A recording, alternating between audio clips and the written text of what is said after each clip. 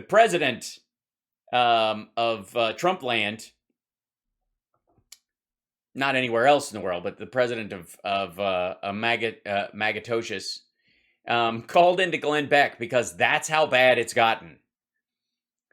If you want to see how bad it is in Trump world, this is the description that Glenn Beck has on his own clip. This is his own channel. This is not me, finding some rando out there that posts, fan clips of Glenn Beck's.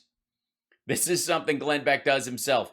Trump, Afghanistan withdrawal was America's most embarrassing, all caps, moment. Now, we've talked about the fact that Trump only has one fear, and that's embarrassment, because he's acutely aware that he's embarrassing as a human being. He embarrasses everyone around him. He embarrasses his mates and his friends.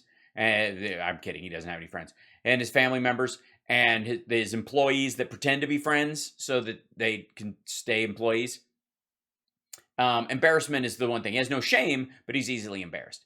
Glenn Beck writes this: for the first time in the history of the Glenn Beck program, and they just bragged to us that they've been on the air for 20 years, President Donald Trump joins Glenn to give his take on Biden's latest disastrous moves. He explains why America's recent Afghanistan withdrawal never would have been such a mess under his, administration, and why he thinks it was the most embarrassing event in the history of our country. Plus, the former president gives his opinion on China's potential takeover of Bagram Air Base, the Pakistani Prime Minister, and General Milley. I'm sure it'll be enlightening.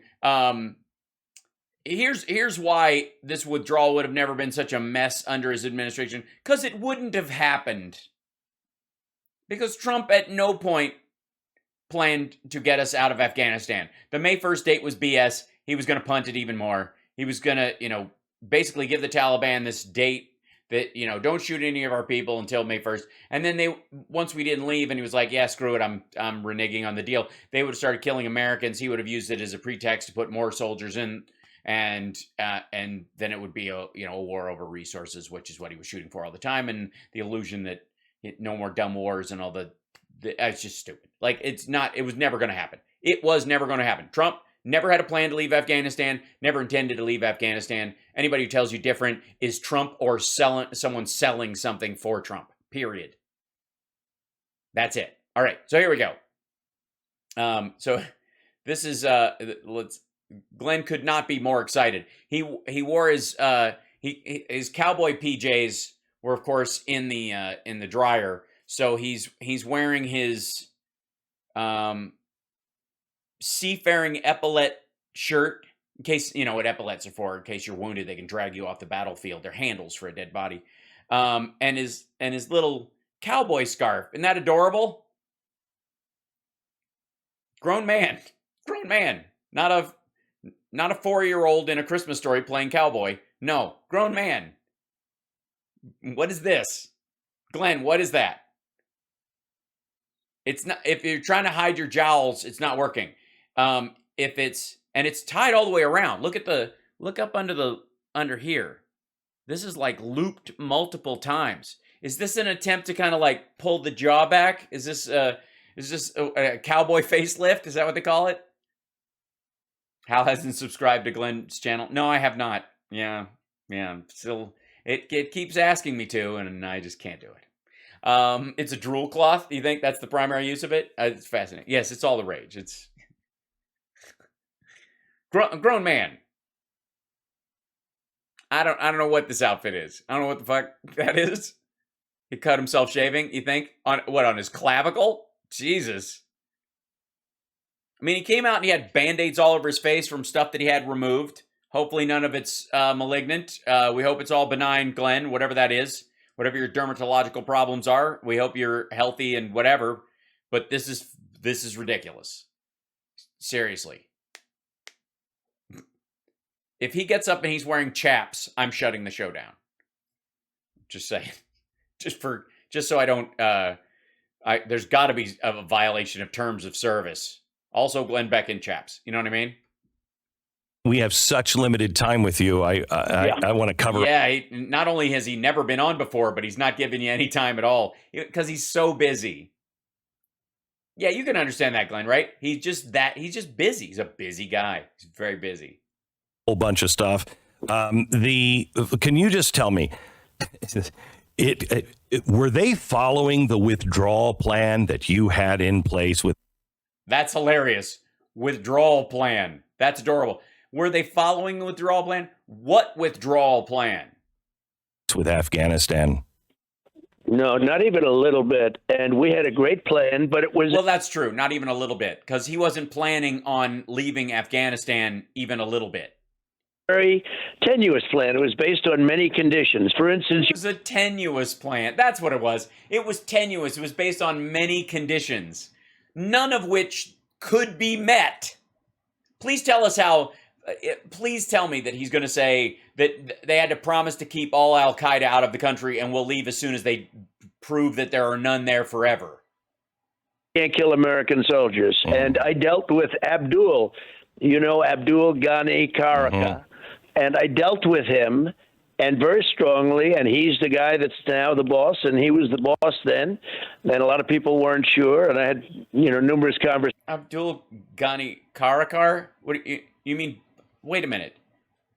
Who? Hold on. Check. Wait. Hold on. Back up. And I dealt with him, and very strongly, and he's the guy that's now the boss, and he was the boss then.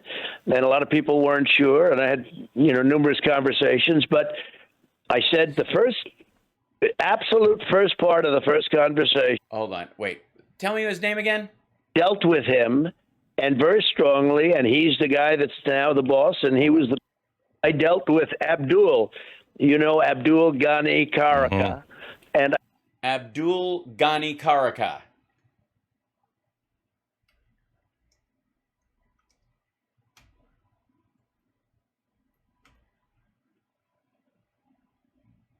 Hold on.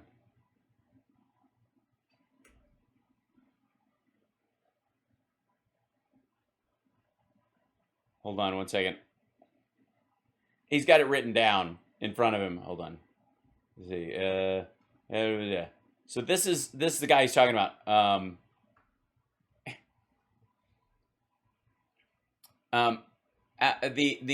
on. Abdul Ghani Karaka. This is how we're starting the whole thing off, right? Let's run that by me again. What was that? And I dealt with Abdul, Abdul Ghani Karaka. Yeah, and Abdul Ghani Baradar, you mean? What? This is the guy who's currently Abdul Ghani Baradar. Well, I mean, what's the difference? A B, a K. Oh my God, is this the day we find out that Trump joined the Better Business Bureau because he thought he was joining the Ku Klux Klan? Because he can't tell the difference between a K and a B.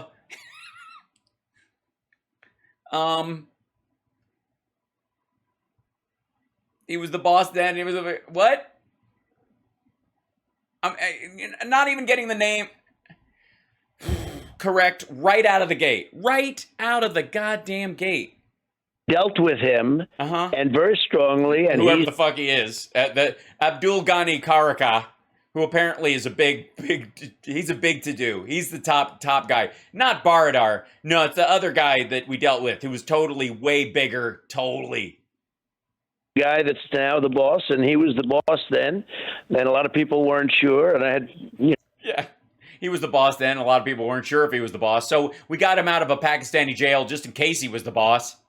Numerous conversations, but I said the absolute first part of the first conversation that, Abdul, hopefully we're going to get along. But here's the story. If you kill any Americans or any American soldiers, we're going to hit you harder than any country has ever been hit before. And we're starting in your village, but we are going to hit you harder than any. Like Glenn just grunted with pleasure.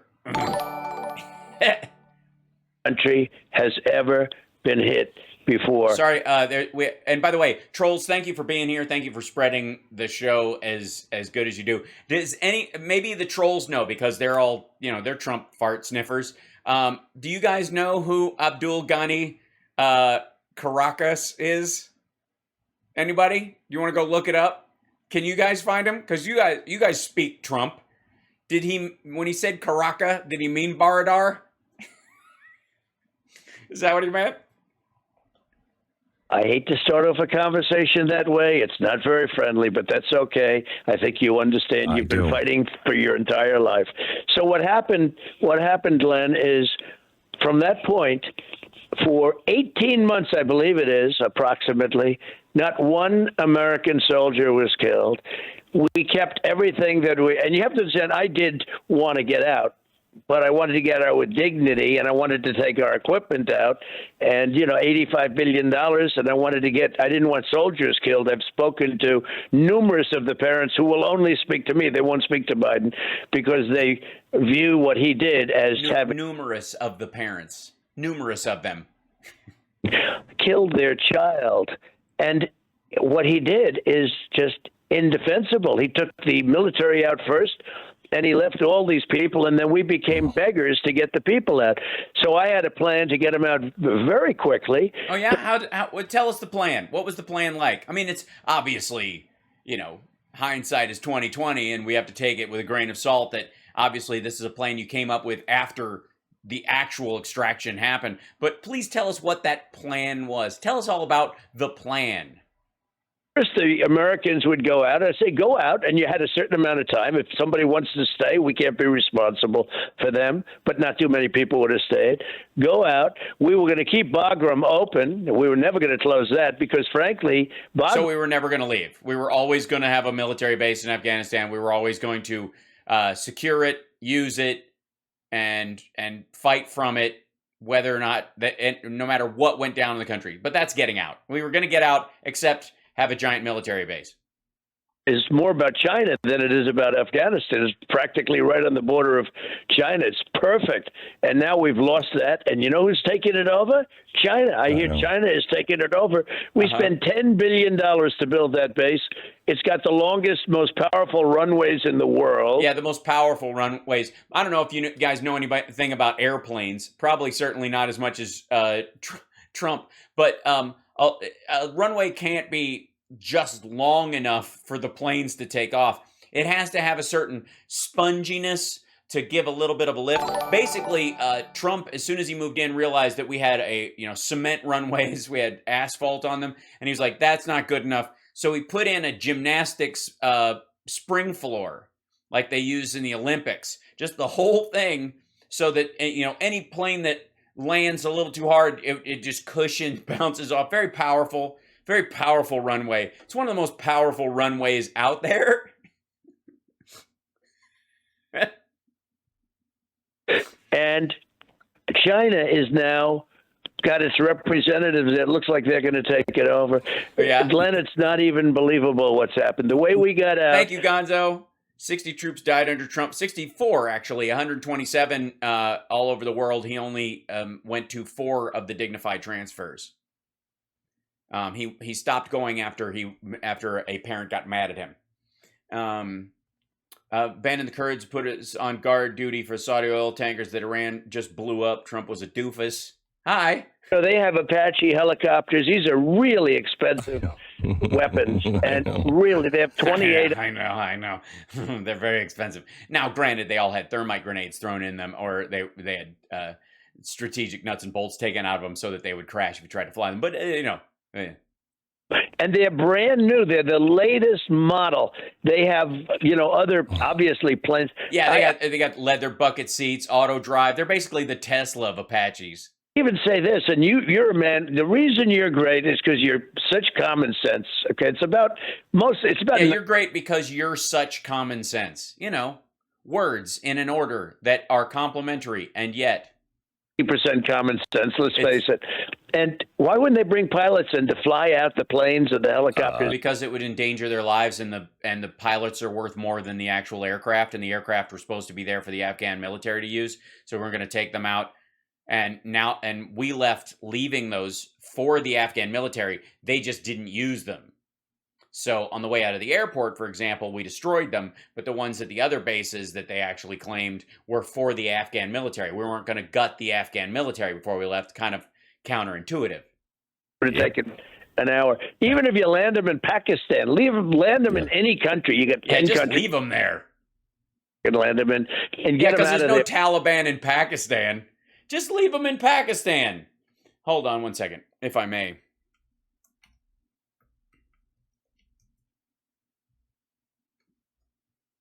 If I may. Let's see.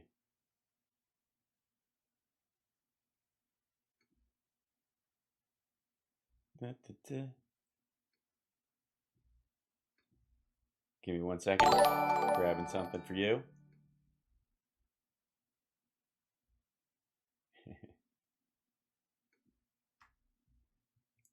There's a CFR's take on it or whatever. Pakistan's support for the Taliban. What to know? Why do Pakistan officials cheer the Taliban takeover of Afghanistan? Gee, I can't imagine why. It's important to note Pakistan's government and military are not monolithic institutions, but rather groups with competing interests. With that in mind, it is true that these groups are generally in favor of a Taliban victory. After the Taliban took over Kabul, Pakistani Prime Minister Imran Khan declared that the Taliban were breaking the chains of slavery. There are three long-standing and overlapping reasons for Khan's public show of support. First, Pakistan has vested ideological interests in the Taliban. Pakistan was created in 1947 as a Muslim nation, and Islam was the glue that was supposed to hold it together many otherwise disparate communities, just like Afghanistan, by the way. But this was a struggle in 71. After a bitter civil war, large portions of the Pakistani territory in the east, dominated by a Bengali-speaking community, broke away to become Bangladesh. That loss made the Pakistani government particularly paranoid about the western territories in Balochistan and Khyber Pakhtunkhwa. That's great. Which have large Pashtun and Pashto-speaking populations, which is what the Taliban speak. Pakistan established madrasas in these territories to emphasize and teach a particularly strict brand of Islam in the hopes the Islamic nationalism would suppress Pashtun nationalism. Taliban leaders who also espouse Islamic nationalism were trained in those madrasas. That's why the Taliban means students. That's where their name comes from. But just park it and just fly it over the border into Pakistan, where the more extreme Taliban are. So they didn't do that. Let me talk to you a little bit about Pakistan. Yeah, go ahead. General Hamid and the Prime Minister Imran Khan has been remarkable, helping us, getting Americans out and people who are targeted. They've been truly remarkable. Remarkable. Of course, they've been working with the State Department. The State Department has organized a lot of this, but yeah. Weren't they part of your plan? Yes. Of course they were. I had a great part of the plan. The part of the plan that involved... Thanks for bringing that up, by the way. The part of the plan that involved Pakistan was beautiful and powerful. Relationship with Khan. He was a great athlete. He was a great cricket player. He was like the Mickey Mantle of cricket. Okay.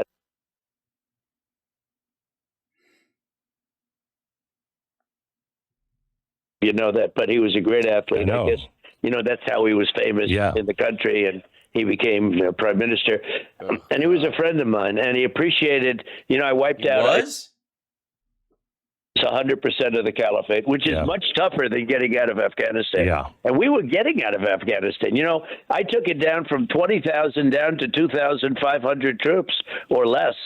And plus, we had some European troops that I insisted be there, because why should we be fighting all this stuff? I mean, another reason Europe wasn't in love with me, but they respected this country. They respected us greatly. Now they don't.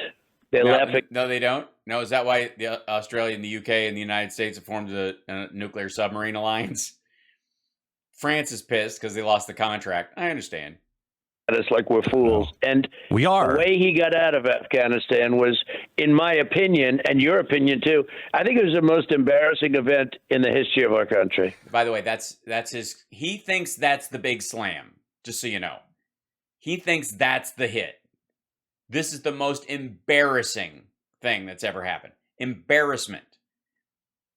And the reason that's all he's got to fall back on. If that's what you've taken away from us getting out of a 20-year war and the difficulties dealing with getting out in that particular instance. And we're out now. We are not there anymore. We have no vested interest in Afghanistan any more than we have in Bangladesh or in the Pashtun regions of Pakistan or any of that stuff. We don't have troops on the ground. We don't need to have troops on the ground in those areas. The EU member countries don't necessarily have to be there either. All of them, if they wanted to, could put 2,500 soldiers in there, shore it up the same way we did. It's not human-to-human difficulty. It's not like our guys in particular are strategically more on the ball than their high-level military guys in regard to what plan you might or might not have in Afghanistan.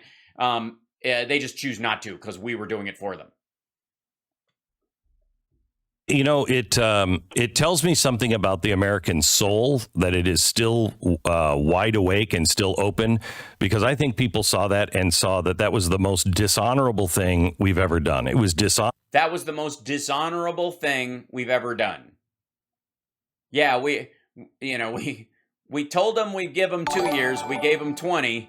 And boy, it's just dishonorable the way we left, the way we said we would. By the way, has anybody heard the plan yet? Because as soon as he asked him about his plan involving Pakistan, he went, I was friends with Khan. He was a great cricket player.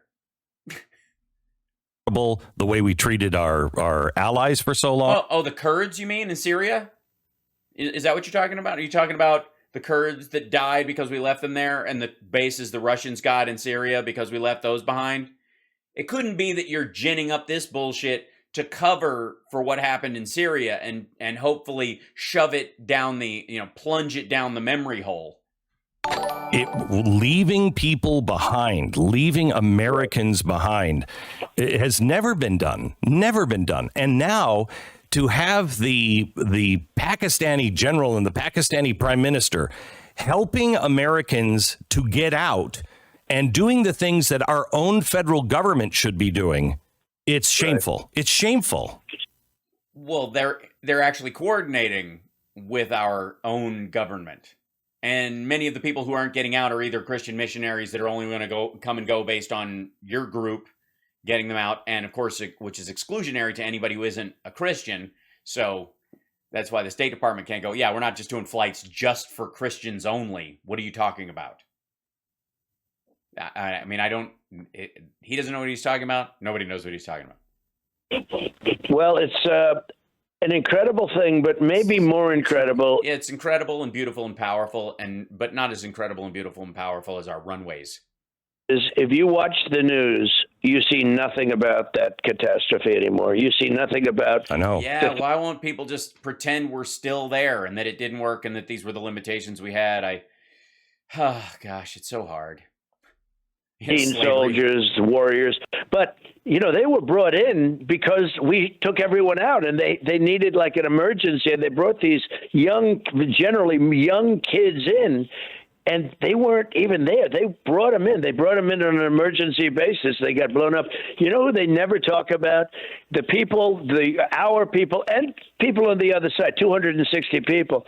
But they don't talk about our soldiers whose legs were blown off, that are right now sitting in a hospital, maybe listening to your show. Congratulations. Ew. First of all, you mean the injured? Of course they talk about them. Maybe they're sitting in the hospital with their legs blown off, listening to your show. Congratulations. That are right now sitting in a hospital, maybe listening to your show. Congratulations on your success, by the way. Thanks. You Jesus Christ. While we're talking about people with their legs blown off, soldiers who sacrificed their limbs to help people evacuate from a country on a timeline that we had to push because Trump stopped the SIV program as best he could and limited everything and never had a plan to actually leave. So when the Biden administration came in to carry out that plan, there wasn't one. But please tell us about, congratulations on your show, by the way, Glenn. And also, did you know that the head of Pakistan is a great cricket player? I don't know if you know that. Yeah, really great. But they're sitting in a hospital. Yeah, it isn't really great. It isn't really great. And by the way, is that the only way they can talk him into calling into shit? Is that how it works? Because he compliments, congratulations on your success, because everybody has told everybody, oh, it's the number one show. You got to talk to him, Pops. Yeah, Dad. He's number one. This is the number one show. You got to call into this number one show. with no legs, with no arm. They have been badly. Now, we lost 13, but we have numerous really badly injured, as you can imagine, soldiers in the hospital right now. Nobody even mentions that. But what's incredible is the news doesn't mention anything about this anymore. In fact, he's going to make a speech today. He's going to talk about he got out of Afghanistan. Now, if you get out of Afghanistan, a lot of people like that, and you know, people have different views on it. But yeah, it's very popular. You know, the whole getting out of Afghanistan. If you like that kind of thing, you know, you get out, but you leave with great dignity. You leave with your weapons. Right. Like Trump could have last year or the year before or the year before that. Why didn't you do it? If it's that easy, if you can leave easy and leave with great dignity, why didn't you do it? What was different? And again, I will say this, that COVID was a perfect reason to get everybody out of Afghanistan. You could have done it. You could have gone, well, we can't engage in any diplomacy. We can't engage in any training, any of the stuff. We're just getting out. We said we were getting out, so we're finally getting out. We're out. But the May 1st date, he's said multiple times, we didn't need to get out by then. That was going to be a 2-year drawdown starting on May 1st, and they wouldn't have done anything because I would have hit him like crazy. I would have bombed an entire village to make good my threats on a deal that I didn't keep up my end of because these people are animals and whatever. It doesn't matter. And we never would have got, and P.S., we were going to keep Bagram Air Force Base because we wanted a military base near China. Now, obviously, we could have had an Australian, U.S., UK alliance for nuclear-powered submarines to, protect the, Sino-Pacific region and the South China Seas areas with, both our military and the Australian military and all that kind of stuff to kind of push back on China where they're doing expansionism. But why would you do that when you can grab some dirt they don't give a crap about on the other side of the country? Knew that government was a fake government. We will give you another fake. And Ghani was, he was seen leaving with loads of cash. He had to leave some of it on the runway because it didn't fit into his helicopter and his plane. So he left tremendous amounts of cash. I always knew that guy was a crook. I mean, I didn't do anything about it. I always knew he was a crook. I always knew Ghani couldn't be trusted. And the minute we left, the whole thing would collapse. So that's why I never left. That's why I never had a plan to leave. That's why we're never going to leave. We'd have just stayed forever. I mean, the only way we can stop somebody like Ghani is by staying forever. Jesus. On the runway, which nobody talks about. And I would criticize him for years. I used to criticize him because I heard certain things and I believed they were true. And now it turned out to be true. And the soldiers, they're great fighters, but they were fighting for a paycheck. They were among the highest paid soldiers, the Afghans, because we were paying $6 billion to the soldiers to fight. So they weren't really they were getting a paycheck.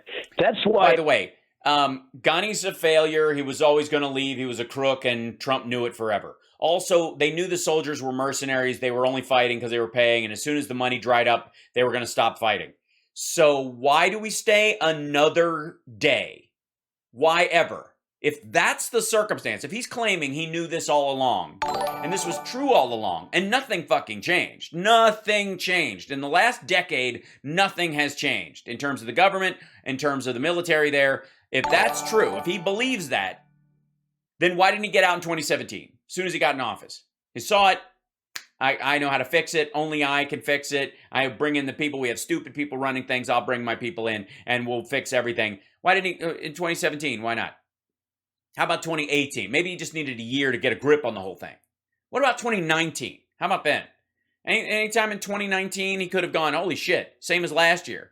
2020, perhaps. As we're dealing with COVID, you know what? It's increasingly clear that the Afghanistan exercise is not happening, and the government's not going to stand on its own, and the military's not going to stand on its own, and it's costing the United States $170 million a day. If you knew everything, and you know better than the generals, and you knew all this stuff, and you had a great plan, then why didn't you enact it last year, or the year before, or the year before that? Because nothing was different. Not a thing. Why is it that Joe Biden's the first one who came in and went, the report from the soldiers on the ground that they're not making any progress is not making its way up the chain. The people who've been in charge of extending this out for a long time are BSing and trying to paint a rosy picture. We're out. Why was it Biden that had to do that in the first 7 months he's in office? As soon as he gets in, bye.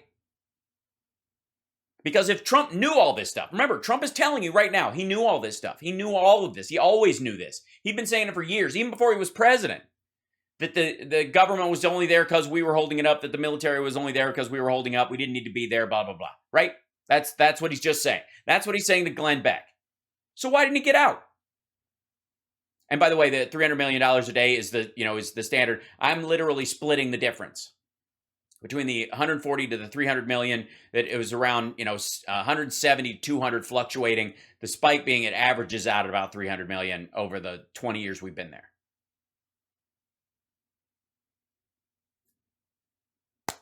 Why? Why didn't he get out? Why couldn't he have gotten out last year or the year before? He knew more than the generals. He told us that. He knew more than the general. He knows more about ICE than the generals. He knew more about all of this than the generals. He knew Ghani was a crook. He knew the military was only just mercenaries. Why? Because everybody also told him that the minute we get out, it is going to collapse. It's going to look like shit. A lot of people are going to die. And it's going to be hard for us to get our people out. And some of our people might die in the process. And he was like, okay, well then pass. I'll punt. Collapse so fast. And I always said, as soon as we leave, within minutes, that thing is going to collapse, or before. Or before. Wait, what? What was that? Sorry, what was that, dummy? And I always said, as soon as we leave, within minutes, that thing is going to collapse, or before. And I said, Ghani will be out right before us. Ghani had a lot of political power in the United States. By the way, he's just, saying I always knew what was going to happen by watching what was happening. Like, because he saw it. He knows everything. I always knew it was going to end like this. Well, then why didn't you end it sooner? Why would you spend another fucking dime? Explain yourself. And by the way, still no plan. No explanation of the plan. You were going to involve Pakistan, right? I totally was going to involve Pakistan. You know he's a great cricket player, right? This is so, and by the way, Glenn Beck is jumping through his cowboy shirt to talk to Donald Trump. Oh my God. What a cutting edge conversation. That's the only thing kept him in office. But so I knew that. So therefore, I want to take back the equipment because they're not going to use it because they're going to leave. And that's what happened. They left. We could have had the soldiers saved, our people out, everything beautiful. Yeah, everything beautiful. It all would have worked. We could have done it. All right, when? October last year? August? You don't think that would have helped your election chances? If you really believed this, if you really thought this shit, what was the difference between October of last year and fucking May 1st? Total bullshit. Absolutely. This is run-of-the-mill, end-of-the-bar drunk, rambly bullshit from a Glory Days asshole. Glory Days! Remember I had a great idea. Remember my great idea? Been out in the same period of time. It's really, you're not talking about a different period of time or much of a different, maybe you take an extra couple of months, but you're talking about... you mean the extra couple of months that Biden added to this so that we could get the special immigrant visa folks out as best we could? No, I would have started... In fact, I had a May 1st date, but they didn't meet the conditions. So we knocked the hell out of them. We bombed them. They were never going anywhere near me. Never anywhere near me. And he understood. Remember, they would never... Just for the record, once again, this is like the 5th time we've heard Trump talk about this since we left Afghanistan, that the May 1st date was bullshit. Never had an intention to live up to his side of the bargain. They only said, well, we won't kill people if you leave by May 1st. And this is the 5th time in an interview he has said, the May 1st date, we didn't have to really live. We could have stayed there as long as we wanted because we would have hit them like so hard. It would have been beautiful and powerful and powerful and beautiful. He was never going to fucking leave. Stop it. Stop pretending Trump had this plan. And if Glenn Beck can explain after this clip is over what the fucking plan was... honestly, I wish it was a call-in show where I could go like, Glenn, explain to me what Trump's plan was to get out. Get the people out, then the military. Oh, so the government collapses before the military stays in, and then we're not leaving anyways because we're keeping Bagram Air Force Base, which we don't need. It would ever have been hit so hard as what if they killed Americans. Right. And think of it, in Chicago, that 1,000 people. What's happening in Chicago is so bad with these Democrats, and New York is having a tremendous problem with crime. In Afghanistan, we didn't lose one soldier. Hang on just a second. Let me go to. Hold on one second. I know you're getting distracted on shit that is completely unrelated. Why can't we strafe bomb Chicago and New York? Let me go to crime and some things that are happening here. Let me take 10 seconds for station ID. Back with just a few more minutes with President Trump. President Trump, I would... Former President Trump. Former. Love to have you on when you have a little more time. Sure. There are so many things that are going on that need... Glenn, spit it out. What you're trying to say is we need your take on things and you're so insightful, but your own brain is not letting you form the sentence. We need to, your keen, I'm sorry, I can't, every time I try to say that you know something, I get this weird acid reflux. I can't, explanation and need some common sense here. Can I ask you? Yeah, some common sense, cricket scores, shit like that. The book is out today about General Milley. Right. Yeah, the book's about General Milley. It's about Trump losing his fucking mind after he lost the election. The failure from Lloyd Austin and General Milley is historic. But now we find out also that General Milley possibly was undermining you with China while you were... No, he wasn't. I mean, this is like the stupidest argument. If we're in a nuclear Cold War with any country, and we know that there's mutually assured destruction, our generals and our politicians have a constant back channel to them to ratchet down tensions.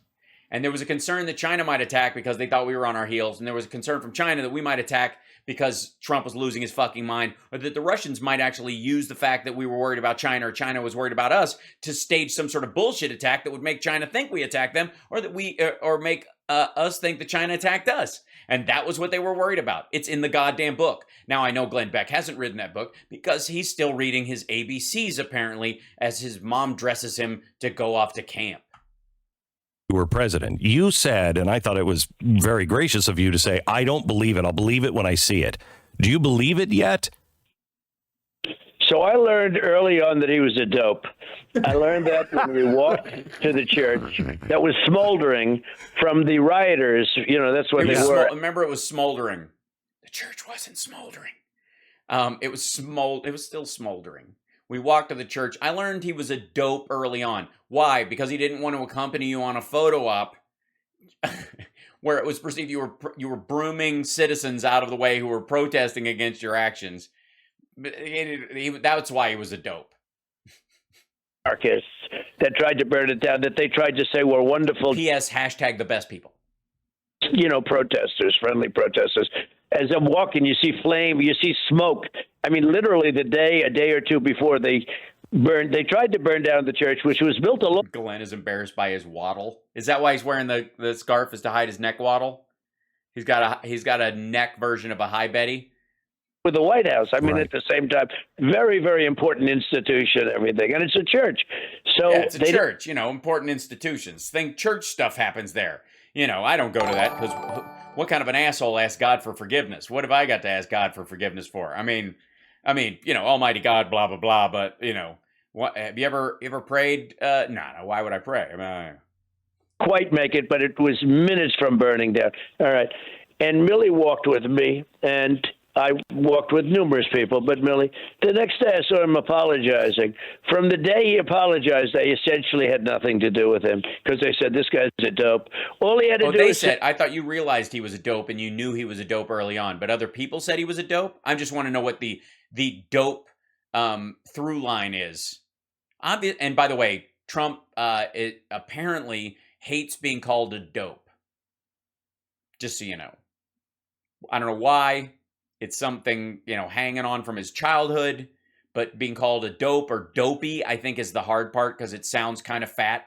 And so that freaks him out. But that's been a running thing. It's my great honor to walk. Wait, Hal, I'm glad you. Love that you said Trump is an asshole. Can you please say it again? Yes, Trump is an asshole. He's a grown man who's high on his own supply. With the president or the presidency. Talk about, not me, talk about the presidency. And there were other things. He made a statement to me, and I guarantee you that's what happened to Biden. He said to me, because I said, we're getting out of Afghanistan. We have to do it. Blah, blah, blah. I said, bop, bop, bop. That's the plan, by the way, in case you want to know what the Afghan plan was. We're getting out. Bop, bop, bop. Every nail, I want every screw, I want every bolt, I want every plane, I want every tank, but I want it down to the nail, screws, bolts. I want the tents, those big, beautiful tents that house the planes. I never saw tents as great as that. They're like tents? You mean Quonset huts? We don't put our planes in tents. What the fuck is he talking about? Hangars. I said I want all of them deconstructed. Oh, a hangar. So therefore a hangar is a tent. Oh, God. I want every single thing. And he said, sir, it's cheaper to leave it than it is to bring it. I said, wait a minute. Let me ask you a question, because I'm a construction guy, so I understand this stuff better than anybody. Totally. Yeah, that's why you can tell the difference between a tent and a hangar. Let me ask you a question. You think if you have an airplane there and you're going to leave the airplane instead of putting a tank of gas in, and the airplane might have cost $40 million, $50 million. We got really good stuff, or the Apache helicopters. I said, you mean some brand new, by the way. No, the new ones left. The older ones we gave to the Afghans were disabled or demilitarized.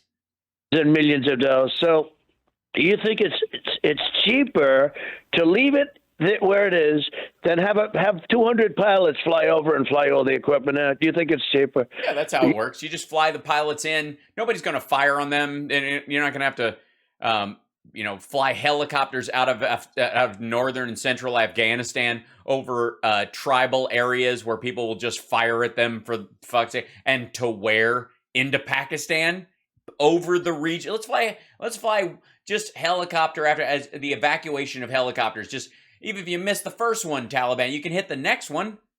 Sir, it's cheaper to leave it than it is. I said, I got to tell you, I think you got to be nuts. I mean, give me a tank of gas and a pilot, and I just picked up $40 million, a $40 million airplane. All right. But he was. It's funny that I thought the time was short on Trump. He seems comfortable just yammering like this, Glenn. You're the one giving him outro music. That's strange. Now, I don't suppose it occurred to you that those pilots will be in mortal danger while they're doing this as the Taliban moves across the country. And the Afghan military, which was supposed to lay cover for us and protect their own system of government over there, will be without any means to do so. It was amazing. So I learned early that this guy's a dope. But what he did do is he hurt our country, and he hurt us on trade because I was making trade deals. He hurt our country. Sorry, you're rambling again, sir, and that's the playoff music. Just take your statue, take your participation ribbon, and please go off into telephone heaven. And he shouldn't have been allowed to do it, and bad things should happen to him. Mr. President. And bad things should happen to him. Is a privilege to have you on. You could stay for more. I know you have a busy schedule, but we'd like to have you back. He's got a busy schedule. He's got to go and eat all the ketchup at the omelet bar in one sitting. On again. Thank you so much, President Donald Trump. That's. Hold on. Did he say bye? Thank you very much, Glenn. Thank you very much, Glenn. I don't know. I think that was Glenn letting him go. Unless they gave a hard out and they said, his assistant, meaning Eric, said, you got to get out of here. Yeah, you got to get him out by this point or whatever. Because if he doesn't play 2 rounds of golf by the weekend, he'll be on the roof again, shouting for Mike Lindell to come cradle his nuts. It's so embarrassing. Oh my God.